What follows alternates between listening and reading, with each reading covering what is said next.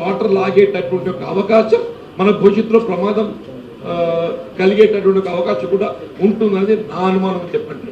మనం ఎందుకంటే మహారాష్ట్ర ఆలోచన విధానం ఏ విధంగా కొనసాగుతూ మనం గమనిస్తున్నాం కాబట్టి మీరన్నట్టు ఆల్వేస్ ది సేఫెస్ట్ ఈజ్ తుమ్మడి హట్టిలో మనకి ఎంత వీలుంటే అంత లాక్కుంటాం.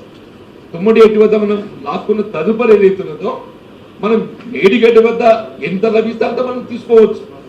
అది మనకు ఆప్షన్ ఓపెన్ ఉంటాయి.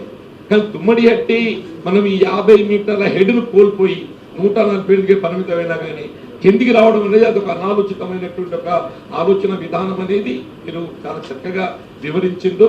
ఈ కరకట్టది ఒకటి మీరు క్లారిటీ ఇస్తే బాగుంటుందని ఆలోచన సార్. ఒకవేళ అది కరకట్ట నిర్మాణం చేసుకోగలిగినట్టయితే 152 మీటర్ల ఎత్తుతో కూడా మనం నీటి లాక్కోవచ్చు. చాలా సంతోషం జీవన్ రెడ్డి గారు.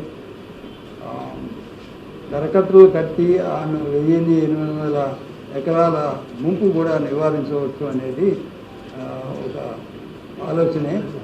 ఎలా అయితే పోలవరంలో ముంపు నివారణ కోసం కరకట్టలు ప్రపోజల్ చేశారో, అంటే ఒరిస్సాలో ఛత్తీస్గఢ్లో మొత్తం ఒక 30 గ్రామాల దాకా ముంపు నివారణ. అది గ్రామాల దాకా. ఇక్కడ గ్రామం ఎక్కడ మునగడం లేదు, ఇక్కడ భూములు మునుగుతూ ఉన్నాయి.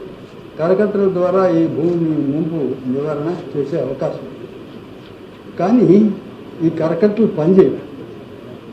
వచ్చిన సమస్య అక్కడ మనకి భద్రాచలం చూసిన వాళ్ళు చాలామంది ఉంటారు ఇక్కడ కదా. భద్రాచలం దగ్గర కరకట్ట ఉంది. కరకట్ట ఉంటే కూడా దేవాలయం మునిగిపోతూ ఉంది వరదలు వచ్చినప్పుడల్లా. గోదావరిలో వరదలు వచ్చినప్పుడల్లా వర్షాలు పడినట్లయితే అక్కడ లోకల్గా ఆ వర్షాల వల్ల వాగులు ప్రవహించి ఆ వాగులు ఇది అక్కర్లేదేమో, ఇది అక్కర్లేదు చాలా మైక్ ఉంది కాబట్టి అందుకనే రీసౌండ్ వస్తాం. ఆఫ్ చేద్దాం, ఆఫ్ చేసేసారా.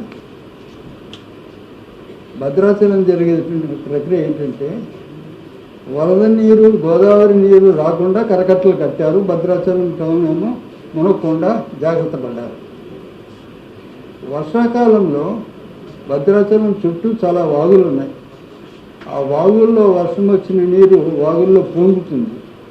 ఆ వాగులకి నదిలో కలిసేదానికి తూములు పెడతారు. అంటే గోదావరి నదిలో కలిసేదానికి తూములు పెడతారు. కానీ ఆ తూములు మూసేసి ఉంచారు. లేకపోతే గోదావరి నీరు భూమిలోకి ప్రవేశిస్తుంది. కాబట్టి గోదావరి వరదల్లో ఉన్నప్పుడు ఆ తూములు మూసేస్తారు.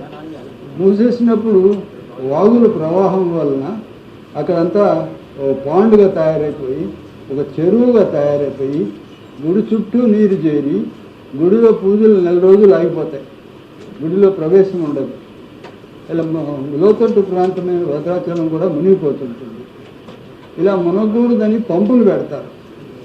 అంటే వర్షపు నీరు వచ్చిన సమయంలో ఆ నీటిని పంప్ చేసి గోదావరిలో వదలాలన్నమాట. కానీ వాస్తవంగా ఈ పంపుల కెపాసిటీ సరిపోదు. డిజైన్ చేసి సరిగా ఎక్కువ ఖర్చు అవుతుందని చెప్పి డిజైన్ సరిగా ఉండదు. రెండవది ఆ సమయంలో కరెంట్ ఫెయిల్యూర్ అవుతుంటుంది. ఈ పంపులు పనిచేయవు. కరెంట్ ఉంటే కూడా పంపులు రిపేర్ అయిపోయి దానికి నిధులు లేక, ఎందుకంటే మెయింటెనెన్స్ గ్రాంట్లో పంపులు రిపేర్ చేయాలి. మెయింటెనెన్స్ గ్రాంట్ ఉండవు. సంవత్సరాలుగా మెయింటెనెన్స్ గ్రాంట్ దానికి కావాల్సింది లేక అది మూలపడిపోయి ఉంటాయి. అది మూలపడిపోవడమే కాకుండా కరెంట్ ఉన్నప్పుడు పంప్ చేస్తే కొన్ని ఉన్నాయి పెద్ద పంపులు, కొన్ని సమయాల్లో కరెంట్ ఉండదు. ఆ కరెంటు లేకుండా ఉండే సమయంలో డీజిల్ జనరేటర్ అని చెప్పి పెడతారు. అది నమ్మక వస్తూ ఉంటుంది. ఆ జనరేటర్ కూడా పనిచేయదు. నిజంగా జరిగేది ఏంటంటే పంపింగ్ అనేది చాలా అసంతృప్తిగా జరుగుతుంది. దానివల్ల ఊరంతా కూడా మునిగిపోతా ఉంది. కరకట్టలు కట్టినా అది గోదావరి నీరు కాకపోయినా ఊరు మునుగుతూ ఉంది. ఇటువంటి ప్రక్రియ వస్తుందని చెప్పేసి పోలవరంలో కూడా వాళ్ళు ఛత్తీస్గఢ్ వాళ్ళు, ఒరిస్సా ప్రభుత్వం వాళ్ళు మాకు ఈ కరకట్టలు పనిచేయవు అని ఆర్గ్యుమెంట్ పెట్టారు. అదే ఆర్గ్యుమెంటు మహారాష్ట్ర ప్రభుత్వం లేవదీస్తుంది అన్నమాట. కానీ అది కనుక మనం అధిగమించినట్లయితే అది ఉత్తమమైనటువంటి మార్గం. వాళ్ళని ఒప్పించి కరకట్టలు ఒప్పించి మీకు సరైన పంపులు మేము డిజైన్ చేస్తాము, మేము గ్యారంటీ తీసుకుంటాము, దానికి ఆల్టర్నేటివ్ డీజిల్ ఫుల్ సప్లై ఉండేటట్టు చేస్తాము దాని రిపేర్లు బాధ్యత అంతా మేము తీసుకుంటాము అని ఒక ఒప్పందం ద్వారా, అంతర్రాష్ట్రీయ ఒప్పందం ద్వారా రాసుకొని అది పకడ్బందీగా చేస్తామని నమ్మకం వాళ్ళకి కలిగించి వాళ్ళని ఒప్పించగలిగినట్టయితే అది మంచి మార్గం. కానీ దానికి కృషి చాలా కావాలి. ఒక విషయం అంటే ఇప్పుడు ప్రాణహిత ఇమీడియట్ వద్ద అయితే ప్రాజెక్టు నిర్మాణం చేస్తే ఎంత అయితే ముప్పు భూమి మహారాష్ట్రకు పోతుందో, మేడిగడ్డ దగ్గర కూడా మళ్ళీ మహారాష్ట్రకు సంబంధించి ఆనుకొని ఉంది కనుక అక్కడ కూడా మరి ముంపు భూమి అయితే మహారాష్ట్ర భూమి ఏమి పోదా, ముంపు గురి కదా అనేది ఒక ప్రశ్న. రెండో అంశం ఏంటంటే దీనికి సంబంధించిన ఇప్పుడు టెక్నికల్కి సంబంధించిన వాళ్ళు సర్వే రిపోర్ట్ ఇస్తే ఒకటే రకంగా ఫీజిబిలిటీ ఉన్నది లేదని ఉండాలి. గతంలో ఉన్నటువంటి టెక్నికల్ సంబంధించినటువంటి అంశం మీద రిపోర్ట్ ఇచ్చింది, మళ్ళీ అదే సంస్థ మళ్ళీ ఇప్పుడు రెండో రకంగా నిర్వహిస్తుంది. అంటే టెక్నికల్కి సంబంధించిన కూడా పొలిటీషియన్ అంటే తన ఇష్టానుసారం ప్రయోజనాలు బట్టి మార్పు చేస్తున్నారు, టెక్నికల్ వాళ్ళు కూడా ఇట్లా మార్పు చేసుకోవడానికి కూడా అవకాశం ఉంటుంది. రెండు సమస్యలు లేవదీశారు. అధికారికంగా కొంత అనుభవం ఉండి పనిచేసినాను, తర్వాత కూడా గమనించాను. కాబట్టి ఇక్కడ ఏంటంటే దృష్టిలో పెట్టుకోవాల్సింది, మొదట వాప్కోస్ రిపోర్ట్ ఇచ్చినప్పుడు 2008లో వాళ్ళు 70 నుంచి 100 టీఎంసీ దాకా నీటి లభ్యత ఉన్నది అని ప్రిలిమినరీ ఫీజిబిలిటీ రిపోర్ట్లో ఇచ్చారు. తర్వాత రాష్ట్ర ప్రభుత్వం, అప్పుడు ఆంధ్రప్రదేశ్ ప్రభుత్వము వాప్కోస్ని ఫీజిబిలిటీ ఇచ్చారు, మీరు డీటెయిల్ స్టడీ చేసి చెప్పండి అని చెప్పిన మీదట వాప్కోస్ వాళ్ళు డీటెయిల్ స్టడీ చేసి 110 టీఎంసీల నీరు లభ్యమవుతుంది అని తేల్చి చెప్పి కొన్ని కండిషన్లు పెట్టి ఇచ్చారన్నమాట. అది రాష్ట్ర ప్రభుత్వానికి అంగీకారంగా లేదు. మాకు 160 టీఎంసీలు కావాలా మా ప్రాజెక్టుకి అనే పట్టుదలతో ఉన్నారు. కాబట్టి రాష్ట్ర ప్రభుత్వం ఏం చేసింది, ఒక డైరెక్షన్ ఇచ్చింది వాప్కోస్కి, మీరు ఈ ప్రాజెక్ట్ని 160 టీఎంసీలకే డిజైన్ చేసి మాకు రూపకల్పన చేసి ఇవ్వాలా అనేటువంటి ఒక ఇన్స్ట్రక్షన్ ఇచ్చింది. ఇప్పుడు ఎంత ఈల్డ్ ఉంటుందో అనేది ప్రభుత్వ ఆర్డర్ల ప్రకారం ఆధారపడదు. దేని ప్రకారం ఆధారపడుతుంది? అది యాక్చువల్ ఫ్లోస్, ఒక 40 ఏళ్ల క్రితం దాకా ఉండే డేటా తీసుకొని యాక్చువల్ ఫ్లోస్ మెజర్ చేసి ఎన్ని టీఎంసీలు అని చెప్పి మెజర్ చేసి యాక్చువల్ ఫ్లోస్లో కొంత తీసేస్తారు. ఎగువ రాష్ట్రాలు కేటాయించిన నీరు ఉపయోగించకుండా ఉన్నట్టయితే ఆ నీటిని తీసేస్తారు. తర్వాత దిగువ ఇవ్వాల్సినటువంటి రైపేరియన్ రైట్ వాటర్ని అది కూడా తీసేస్తారు. తర్వాత దిగువ ఉపయోగించుకోకుండా ఉండే నీటిని అది కూడా తీసేస్తారు. తీస్తే మిగిలిన వచ్చిన నీరు అది ప్రాజెక్టుకి లభ్యత అని తేలుస్తారు అన్నమాట. కాబట్టి ఇంత ప్రక్రియ ఉన్నది తేల్చాలంటే. దీన్ని నిగ్గు తేల్చాలంటే ఒక నేషనల్ ఆర్గనైజేషన్ అనేది నేషనల్ ఇన్స్టిట్యూట్ ఆఫ్ హైడ్రాలజీ అని రూపులో ఉంది. వాళ్ళకి ఒప్పచెప్తే ఆథెంటిక్గా వాళ్ళు చేసిస్తారు. ఇలా డైరెక్షన్స్ ఇచ్చి వాప్కోస్ చేయించుకునే వీలే లేదు. అది గవర్నమెంట్ ఆఫ్ ఇండియా డిపార్ట్మెంట్. కాబట్టి ఆ రకంగా చేసుకున్నట్టయితే మనకి నిబద్ధత వస్తుంది. నిబద్ధత రాకపోవడానికి గవర్నమెంట్ డైరెక్షన్సే కారణం.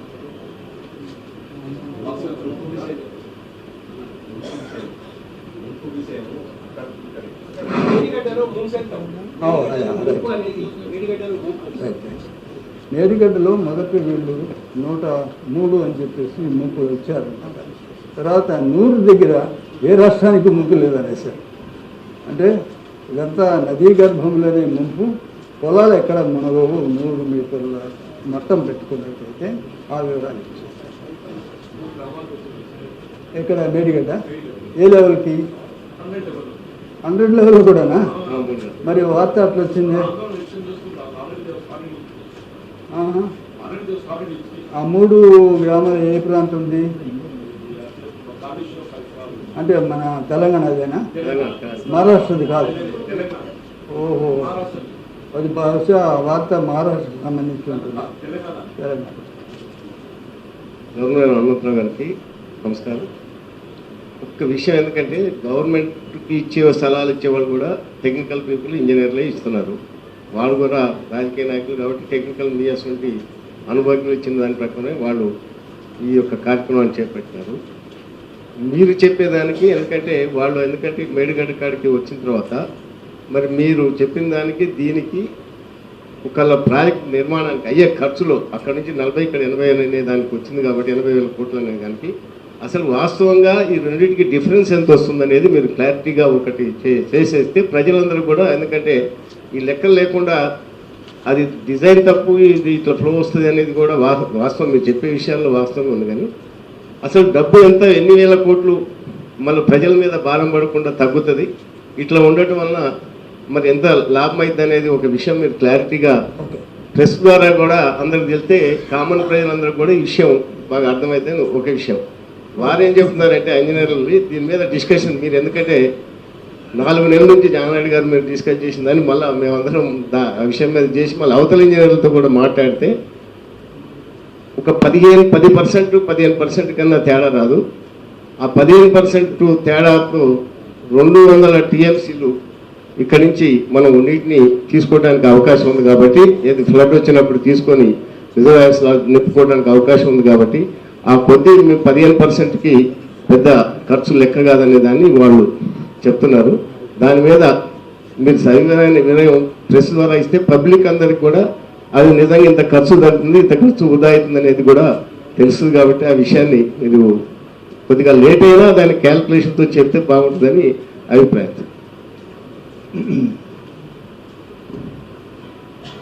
నేను చేసిన లైన్ ఎస్టిమేట్ ప్రకారం అయితే 20,000 కోట్ల రూపాయలు ఖర్చు తక్కువ అవుతుంది.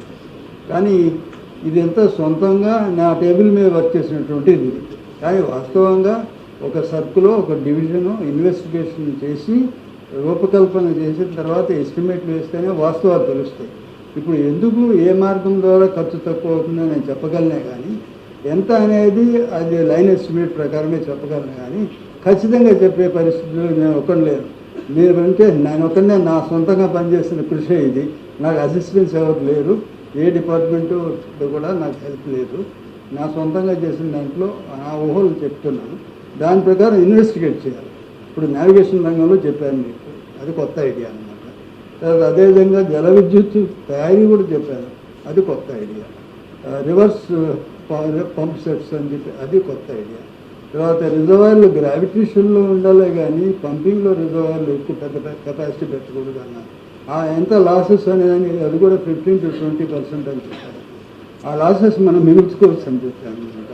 ఇవన్నీ ఎస్టిమేట్ డీటెయిల్ కానీ ఫీజిబిలిటీ స్టడీస్ చేస్తే తప్ప మనకి డీటెయిల్ రాదు. లైన్ ఎస్టిమేట్లో వచ్చేది ఒక ఊహ, ఒక అవగాహన. ఆ అవగాహన తప్ప అది ఖచ్చితమైనది కాదు. దాని ప్రకారం ఎంత చేయాలి? ప్రీ ఫీజిబిలిటీ స్టడీ, తర్వాత ఫీజిబిలిటీ స్టడీ, తర్వాత డిపిఆర్. అది చేస్తేనే కానీ మనకి విలువలు రావండి. ప్రాజెక్టు రూపకల్పన చేసినప్పుడే లేదు. నాగార్జున సార్ కాకుండా శ్రీశైలంలో పవర్ జనరేషన్ కానీ పెట్టుకున్నారు. నాగార్జున సార్లో ఎప్పుడు పవర్ జనరేట్ అవుతుందంటే ఓవర్ఫ్లో అవుతున్నప్పుడు, స్పిల్ నుంచి ఓవర్ఫ్లో అవుతున్నప్పుడు, ఓవర్ఫ్లో ద్వారా నీళ్ళు కిందికి వదలకుండా ఈ జనరేటర్స్ అన్నీ కూడా, ఈ పంప్ సెట్స్ అన్నీ కూడా, ఇలాంటి హైడ్రోఎలక్ట్రిక్ యూనిట్స్ అంతా కూడా పనిచేస్తాయి. అప్పుడు పవర్ హౌస్గా పనిచేస్తుంది. ఆ మామూలు సమయంలో ఓవర్ఫ్లో కాకుండా ఉన్నప్పుడు డిజైన్ ఏంటంటే పవర్ వాడకూడదు, పవర్ జనరేట్ చేయకూడదు. కానీ మనం ఏం చేస్తున్నాం? అవసరాల దృష్ట్యా ఎమర్జెన్సీగా పవర్ జనరేట్ చేస్తున్నాము. ఎండాకాలంలో కూడా కొన్ని సంవత్సరాలు సముద్రంలోకి నీరు పోయింది, ఆయకట్టులో నీరు అవసరం లేదు అప్పుడు. కానీ పవర్ జనరేట్ చేయడం వల్ల వచ్చినటువంటి నీరు విజయవాడ ఆనకట్ట పోటీ సముద్రంలో కూడా కలిసింది దుర్భిక్ష సంవత్సరాలు. అంటే మన మేనేజ్మెంట్లో ఎమర్జెన్సీస్ని బట్టి ప్రభుత్వం నిర్ణయాలు తీసుకుంటారు. తర్వాత టెయిల్ పాండ్ అనేది construction of dam power house పెట్టినప్పుడే అప్పుడే కట్టాలి. అప్పుడు కట్టకుండా ఇప్పుడు పూర్తయింది. అదొక పొరపాటు కార్యక్రమం.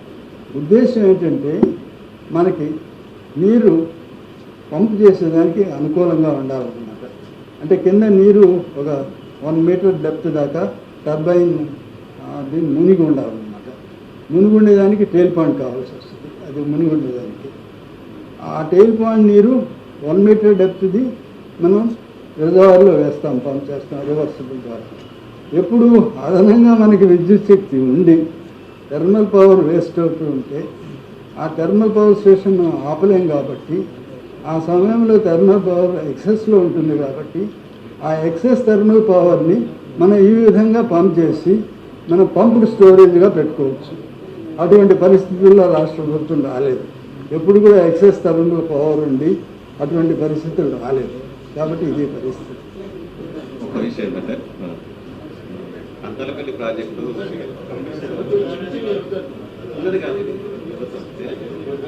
అంతనపల్లి ప్రాజెక్టు ఇప్పుడు డిజైన్ మారుస్తున్నారు. అక్కడి నుంచి తుపాకులో కూడా ఉన్నారు. ఫిజికల్గా చూస్తే అంతనపల్లి ప్రాజెక్టునేమో అసలు వెడల్పు తక్కువ ఉన్నది, కిందనే ఎక్కువ ఉన్నది. లిఫ్ట్ చేసినా కానీ కూడా దానికి ఎక్కువ ఖర్చు అవుతుంది. ప్రభుత్వం ఏమో దానికంటే తుపాకులకు కూడా దగ్గరనే ఖర్చు ఎక్కువ అవుతుందని చెప్పి ప్రభుత్వం చెప్తున్నది. ఇది ఇంత ఎంతవరకు వాస్తవం?